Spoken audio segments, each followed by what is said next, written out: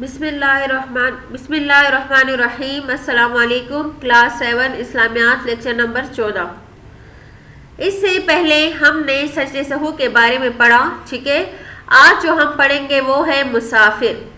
اب مسافر کا مطلب کیا ہے کہ جب انسان اپنا گھر، اپنا جائے قیام یعنی جہاں پر وہ رہتا ہے چھوڑ کر کسی سفر پر جاتا ہے، تو سفر کا راستہ جہاں وہ جا رہا ہے کتنا ہی آرام دہ کیوں نہ ہو، تب بھی کام کاج میں فرق آ ہی جاتا ہے۔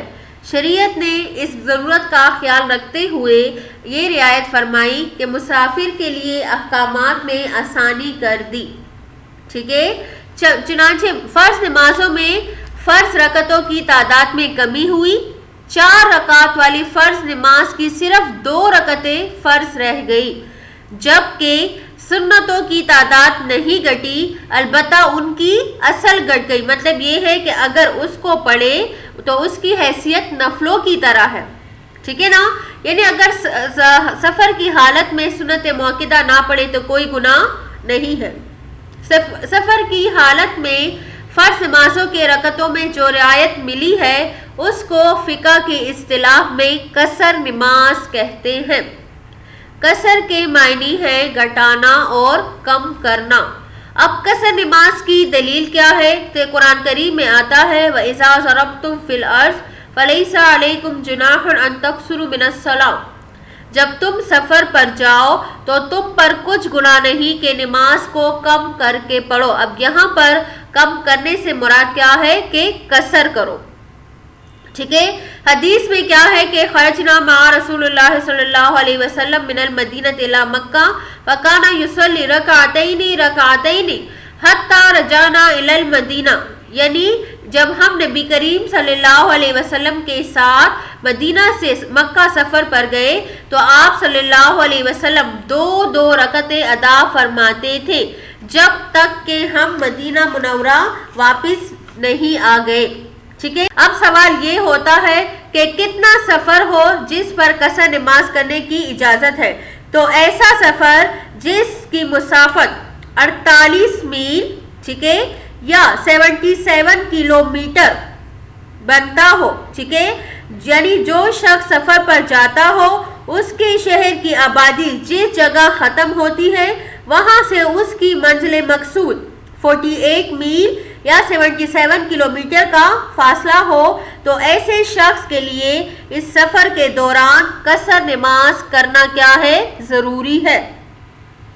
یعنی وہ عصر، ظہر اور عشاء کی فرض رکعتیں 4 کے بجائے 2 پڑھے، البتہ فجر، مغرب اور وتر کی نمازیں ترتیب سے پڑھے، 2 اور 3 پڑھنا ہوگی۔ مطلب یہ ہے کہ دیکھیں اب قصر جو ہے وہ صرف عصر، ظہر اور عشاء کی نماز میں ہوتی ہے، یعنی وہاں پر جو 4 رکعت فرض والی نماز ہے اس کو 4 کے بجائے 2 رکعت پڑھنا ہے، ٹھیک ہے۔ صبح کے جو فرض ہے اس کو اسی طرح پڑھنے ہوں گے، اس میں قصر نہیں ہے، اور مغرب کے جو فرض ہے 3 رکعت تو اس میں بھی کوئی قصر نہیں ہے، اس کو بھی اسی طرح پڑھنا کیا ہے؟ ضروری ہے، ٹھیک ہے۔ اور اسی طرح فجر کی سنت جو ہے اس کو پڑھنا ضروری ہے، ٹھیک ہے نا۔ اور باقی جو سنتیں ہیں، ٹھیک ہے، تو اس میں کیا ہے؟ اختیار ہے کہ اگر اس کو پڑھے اور نہ پڑھے تو کوئی فرض نہیں ہے، ٹھیک ہے۔ اب دیکھیں شرعی مسافر وہ شخص جو اپنے شہر سے کم از کم 48 میل دور جا رہا ہو، قصر نماز اس وقت شروع کرے گا جب وہ اپنی شہر کی آبادی کو چھوڑ دے، ٹھیک ہے۔ اب دیکھیں کوئی جا رہا ہے اسلام آباد، ٹھیک ہے نا، تو اگر وہ یہاں سے بیٹھ گیا گاڑی میں تو وہ اس وقت قصر نماز پڑھے گا جب وہ پشاور سے نکل جائے، ٹھیک ہے، یعنی وہ اپنی شہر کی آبادی کو چھوڑ دے۔